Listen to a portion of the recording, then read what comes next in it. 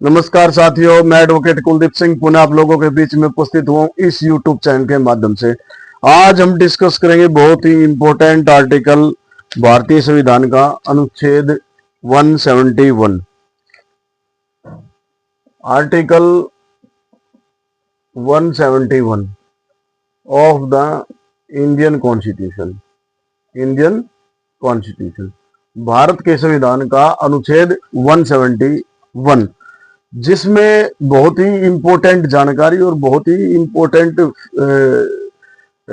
जो फैक्ट्स हैं और इंपॉर्टेंट चीज दी गई है वो बहुत ही बेहतरीन है और हर भारतीय नागरिक को इसकी जानकारी होनी चाहिए। और not even this article, even a पूरे कंप्लीट कॉन्स्टिट्यूशन की हर भारतीय नागरिक को जानकारी होनी चाहिए। तो इसलिए let we start article 171 which tell us about the short form में बोलते हैं MLC, मेंबर ऑफ, इसको बोलते हैं मेंबर ऑफ लेजिस्लेटिव काउंसिल। जिस प्रकार से प्रत्येक, अगर इसको पढ़ने से पहले एक बार 168 जरूर पढ़ना पड़ेगा हमें। आर्टिकल 168 के अंदर बताया गया कि किन किन राज्यों के अंदर द्विशासन है, यानी कि जिस प्रकार से पार्लियामेंट में दो सदन है, लोकसभा यानी कि हाउस ऑफ पीपल, इसको बोलते हैं हाउस ऑफ पीपल, और Rajya Sabha council of state, Rajya Sabha. जिस प्रकार से ये पार्लियामेंट में दो सदन है, लोकसभा को लोअर हाउस यानी कि निम्न सदन, और राज्यसभा को उच्च सदन बोला जाता है, यानी कि अपर हाउस बोला जाता है। तो उसी पैटर्न पर आर्टिकल 171 के अंदर MLC दी गई है, मेंबर, इसकी शॉर्ट फॉर्म में इसको बोलेंगे मेंबर्स ऑफ लेजिस्लेटिव काउंसिल, यानी कि लेजिस्लेटिव मतलब विधान परिषद, इसको बोलते हैं विधान परिषद के सदस्य के बारे में बताया गया है इसमें। और आर्टिकल 168 के अंदर बताया गया कि जहां जहां द्विशासन है, जिन राज्यों के अंदर तो मेंबर ऑफ लेजिस्लेटिव काउंसिल है, तो वहां पर उनका प्रोसीजर कैसे होगा, उनका चुनाव कैसे होगा। तो ये इसको शॉर्ट फॉर्म में बोलते हैं MLC, member of legislative council, यानी कि विधान, इसको हिंदी में बोलेंगे विधान परिषद। सभी राज्यों में नहीं है ये, सभी राज्यों में विधान परिषद नहीं है। एक तो ये जानेंगे हम। पहले नंबर पे उत्तर प्रदेश में द्विशासन है जहां पर विधान परिषद है। दूसरे नंबर पे कर्नाटका। तीसरे नंबर पे है तेलंगाना, और चौथे नंबर पे है बिहार, और फिर इसके बाद है महाराष्ट्र। पांचवें नंबर पे महाराष्ट्र में भी द्विशासन है। और इसके अलावा आंध्र प्रदेश, ये इन राज्यों में है दो द्विशासन है।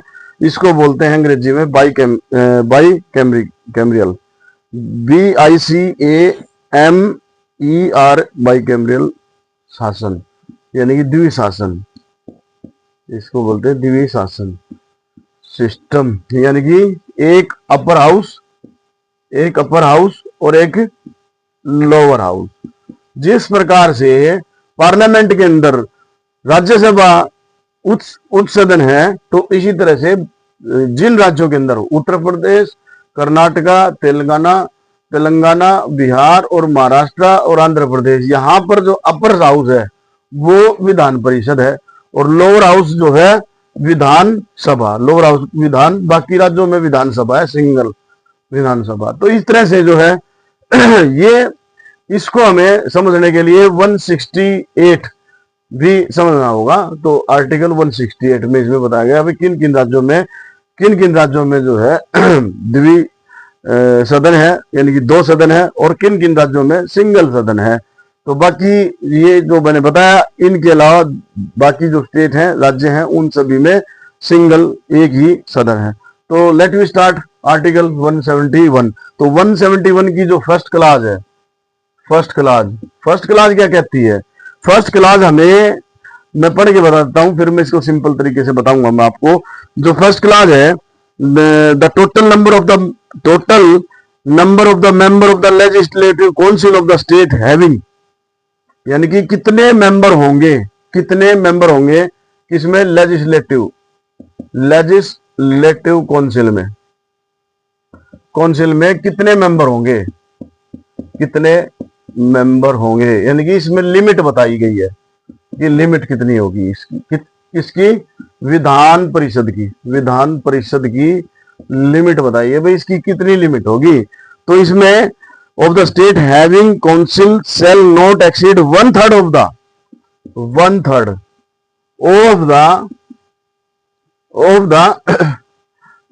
द जो है स्टेट असेंबली, यानी कि जो है विधानसभा की जितनी सीट है जितनी विधानसभा की, उससे 1/3 भाग ज्यादा नहीं होनी चाहिए। जितनी भी टोटल विधानसभा में जितनी सीट है उससे 1/3 ज्यादा नहीं होने चाहिए, यानी कि 1/3 ही होनी चाहिए। और इसकी एक प्रोविजो, इसी जो फर्स्ट क्लास की प्रोविजो ये है, बट जो है नॉट लेस देन 40, यानी कि 40 से कम भी नहीं होनी चाहिए। तो लिमिट कितनी हो गई? 1/3। तो 1/3 क्या है? 1/3 विधानसभा के जितने भी सदस्य हैं टोटल। अगर विधानसभा की मान लो, जैसे जिस भी राज्य के अंदर, ये जो 6 राज्य हमने बताए, उन राज्यों के अंदर मान लो किसी में 100 संख्या है विधानसभा की, ये समझने की जरूरत है। 100 संख्या है ये विधानसभा की, तो इसकी 1/3 ही होगी लेजिस्लेटिव काउंसिल के सदस्यों की संख्या। तो ये जो है पहला जो है इसका पहली जो क्लाज है वो ये हमें बताती है। नाउ जो है इसकी अब इसमें सेकंड क्लाज क्या कहती है? सेकंड क्लाज यानी कि फर्स्ट क्लास लिमिट बताती है कि भाई इसकी कितनी लिमिट होगी, यानी कि एक फर्स्ट क्लास के अनुसार 1/3 भाग होगी किसकी? विधानसभा के सदस्यों की जितनी संख्या है उससे ज्यादा नहीं होनी चाहिए, 1/3। और लेस देन जो है 40 से कम नहीं होनी चाहिए। तो ये इसकी लिमिट है। और इसकी लिमिट, ये 40 जहां है, ये इसकी अपवाद है। तो इस तरह से क्लास 2 को हम पढ़ेंगे। क्लास 2 में बताया गया कि until parliament by law otherwise provide the composition of the legislative council of the state shall be provided in clause 3। तो कंपोजिशन है, कंपोजिशन का मतलब बनावट, संरचना, वो अकॉर्डिंग टू क्लास 3 के अनुसार होगी कंपोजिशन। किस चीज की? लेजिस्लेटिव काउंसिल की। इसको शॉर्ट फॉर्म में बोलते हैं MLC, member of legislative council की जो बनावट होगी, उसका जो स्ट्रक्चर होगा, उसकी संरचना होगी, वो क्लास 2 बताती है मैं क्लास 3 के अनुसार होगी। अब क्लास 3 क्या कहती है? इसमें हम क्लास 3 को हम समझेंगे, बड़ी सिंपल तरीके से समझेंगे कि क्लास 3 जो है हमें बताता है कि ये क्लास 3 मैं पढ़ देता हूं। Of the total number of the member of the legislative council of the state. भाई राज्य की विधान परिषद, राज्य की विधान परिषद के अंदर, राज्य की विधान परिषद के अंदर, इसको बोलते हैं MLC। मैं दोबारा बता रहा हूं, मेंबर ऑफ लेजिस्लेटिव काउंसिल किसी भी राज्य की। तो उसमें क्या होगा, किस तरह से इसकी संरचना होगी, तो थर्ड क्लास का ए पॉइंट है, as early as may be 1/3 shall be elected, 1/3 सदस्य चुने जाएंगे। किसके द्वारा? ये 1/3, ये कौन से 1/3 है? ये विधान पैलेस, तो विधानसभा के जितने भी सदस्य हैं उससे उसके 1/3, उससे 1/3 ज्यादा संख्या नहीं होगी। किसकी? विधान परिषद की।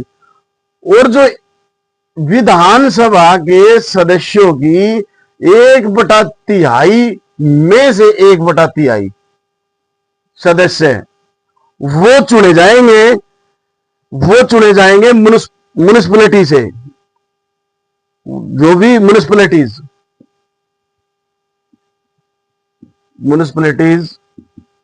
डिस्ट्रिक्ट बोर्ड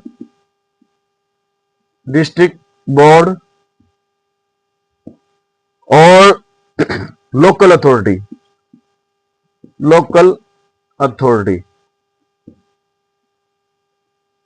इनके द्वारा चुने जाएंगे।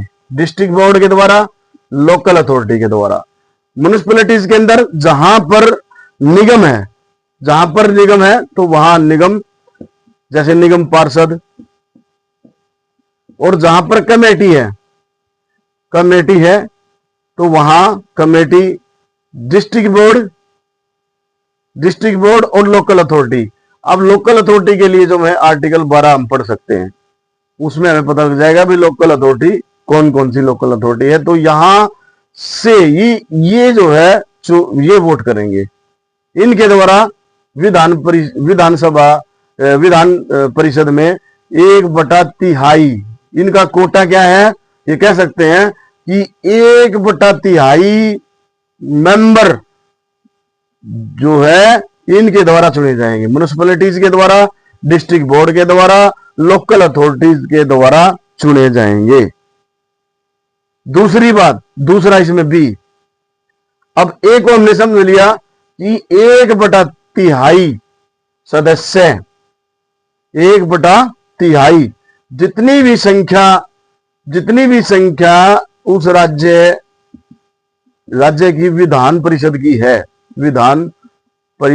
है, टोटल जितनी भी है, उस टोटल में से 1/3 जो है म्युनिसिपैलिटीज, डिस्ट्रिक्ट बोर्ड और लोकल अथॉरिटी के द्वारा चुने जाएंगे। उनका चुनाव अप्रत्यक्ष रूप से, सीधे तौर पर नहीं, प्रत्यक्ष रूप से अनुपातिक प्रतिनिधित्व प्रणाली द्वारा उनका चुनाव होगा। यानी कि म्युनिसिपैलिटीज, डिस्ट्रिक्ट बोर्ड और लोकल अथॉरिटी के द्वारा 1/3 सदस्य चुने जाएंगे। अब बी क्या कहता है? बी ये कहता है, एज अर्ली में B 1/12 shall be elected by the electorate consist of the person residing in the state who have been for at least 3 years graduate of the University of the Territory of India or have been for at least 3 years in possession of the qualification prescribed or under any law made by Parliament as equivalent that of the graduate of such a university। Simple तरीका है कि स्नातक यानी कि graduate person है उस राज्य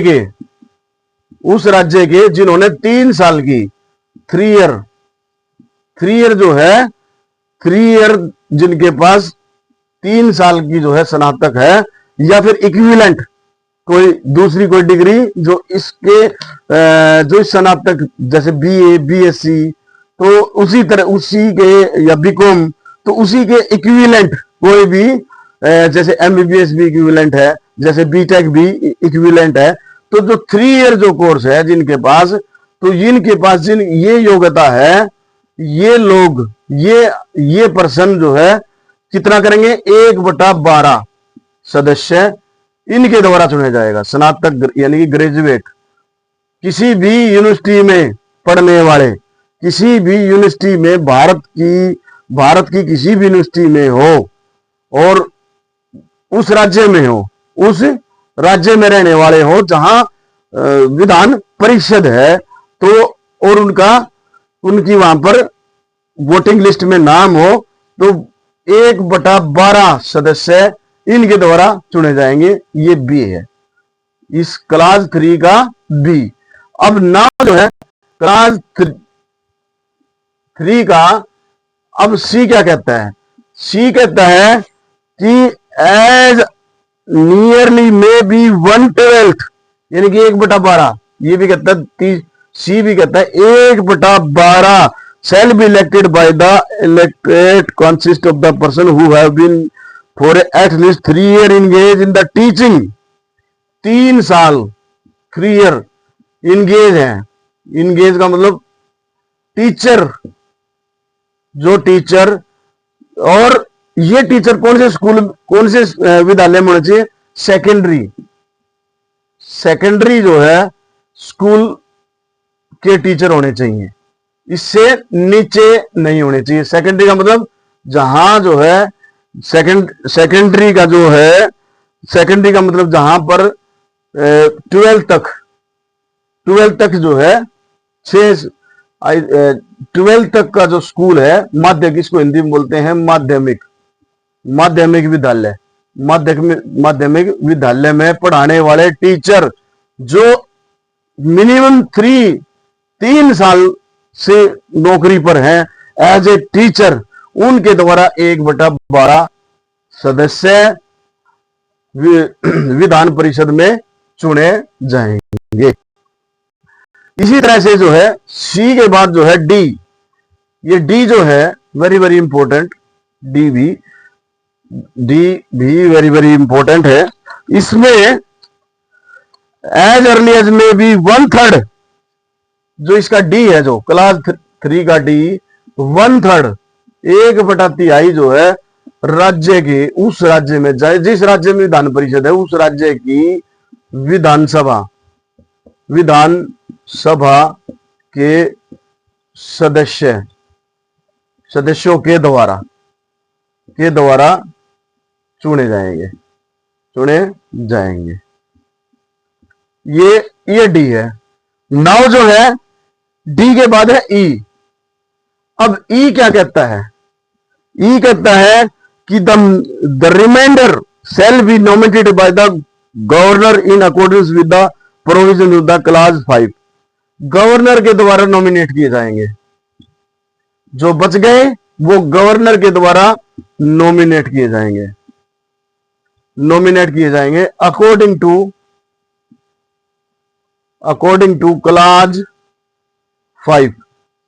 according to clause 5 के अनुसार बाकी जो बच गए वो गवर्नर के द्वारा उनको नॉमिनेट किया जाएगा एज ए जो है राज्य की विधान MLC, member of legislative council. अब इसमें क्लास 3 में ए बी सी डी और ई ये दिए गए हैं। अब जो है इसमें क्लास 4 क्या कहता है? क्लास 4 कहता है कि the member to be elected A B C और class 3 shall be chosen in the territorial constituency as may be prescribed by the parliament। जिस प्रकार से पार्लियामेंट इस पर कानून बनाएगी, पार्लियामेंट के द्वारा जो बनाए गए कानून के हिसाब से ही उनका चुनाव होगा। ये क्लास 4, ये जो है क्लास 4 के अंदर दिया गया है। और अनुपातिक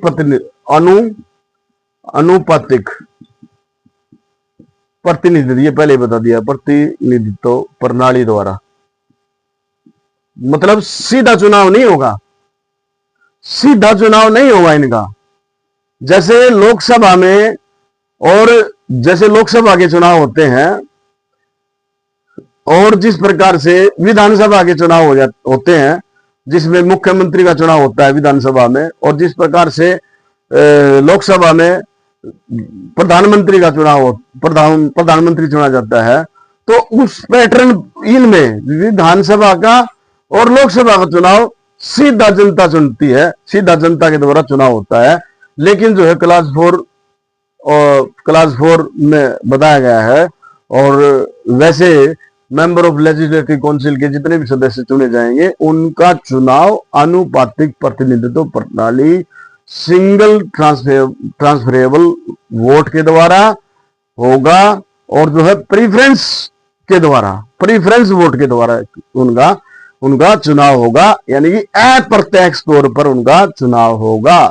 तो और फिर अंतिम जो इसकी जो क्लाज है, अंतिम जो क्लाज है वो क्लाज 5 जो है वो, जैसा कि क्लाज 3 का जो ई जो हमें बताता था, ई ने जो बताया कि बाकी जो बच गए सदस्य है राज्य की विधान परिषद के अंदर, भाई क्लास जो फर्स्ट है, क्लास फर्स्ट के अंदर जो है ये 1/3 जो सदस्य चुने जाएंगे, 1/3 म्युनिसिपैलिटीज के द्वारा, डिस्ट्रिक्ट बोर्ड के द्वारा, लोकल अथॉरिटीज के द्वारा क्लास ए के अंदर, और क्लास बी के अंदर जो है 3 साल 1/3 ए के अंदर 1/3 सदस्य, और बी के अंदर जो है 3 साल के 1/12 सदस्य 3 ईयर ग्रेजुएट पर्सन के द्वारा चुने जाएंगे, और सी के द्वारा 1/12 जो है टीचर्स के द्वारा, और डी के द्वारा, डी में जो है जो 1/3 सदस्य जो राज्यसभा होगी के सदस्यों के द्वारा। तो जैसे ई के अंदर बताया कि बाकी जो बच गए वो गवर्नर के द्वारा, तो ये जो गवर्नर के द्वारा जो चुने जाएंगे, तो ये गवर्नर किन को नॉमिनेट करेगा, यानी कि जो पावर दी गई है, पहले तो यहां दी गई, पहले यहां 1/3 जो मेंबर है वो यहां दी गई कि भाई ये जो है municipalities, local authority, district board के पास पावर दी गई, इनको जो है ये कोटा दिया गया, भाई इनसे चुना जाएगा।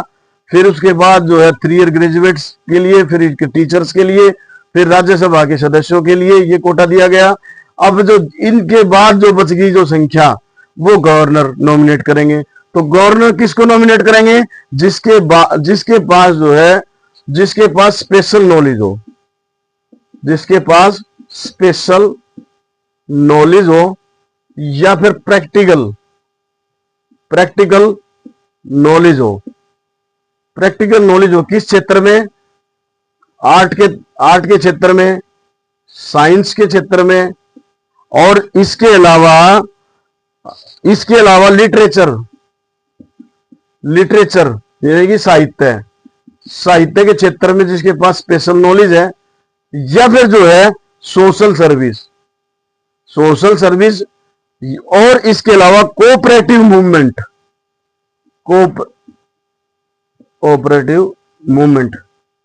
ये आर्ट, साइंस, लिटरेचर, साहित्य, और सोशल सर्विस और कोऑपरेटिव जो है मूवमेंट के अंदर जो व्यक्ति जो है इनके अंदर होगा, जिसके पास स्पेशल नॉलेज होगी, प्रैक्टिकल नॉलेज होगी, उनको जो है गवर्नर चुनेगा, बाकी बचे हुए सदस्यों को। तो इस तरह से आर्टिकल 171 को हमने समझा। भाई जहां जिस राज्य के अंदर मेंबर ऑफ लेजिस्लेटिव काउंसिल है, यानी कि एमएलसी लेजिस्लेटिव काउंसिल है, वहां पर उनकी संरचना कैसे होगी, उनका उनका जो है चुनाव कैसे होगा, उनका चुनाव 171 के अंदर, वो सारी डिटेल में हमने इस आर्टिकल के अंदर समझा। आपको ये जानकारी अच्छी लगे तो आप इस चैनल को लाइक जरूर करें, सब्सक्राइब करें और शेयर जरूर करें। थैंक यू, धन्यवाद।